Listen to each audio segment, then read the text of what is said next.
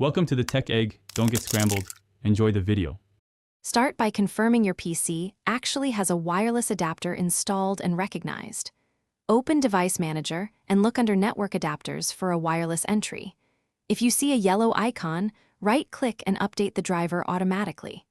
If no wireless adapter appears, check for a physical Wi-Fi switch on the laptop or plug in a USB Wi-Fi adapter.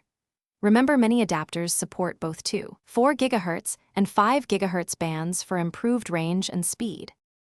Next, enable Wi-Fi in your operating system and confirm network visibility. Open Settings, choose Network and Internet, and toggle Wi-Fi to on. If you have a keyboard Wi-Fi toggle, use it to enable wireless quickly. Run the Windows Network Troubleshooter to diagnose driver or configuration problems automatically.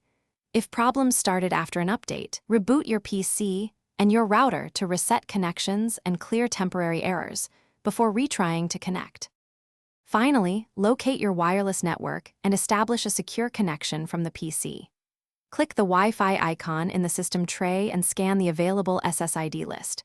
Select your home or public network and choose Connect to join. Enter the password carefully, matching capitalization, numbers, and symbols exactly. For security, prefer WPA2 or WPA3 encryption on home routers. Save the network to connect automatically in the future and verify internet access. Thanks for watching. Consider subscribing if I helped unscramble your problems.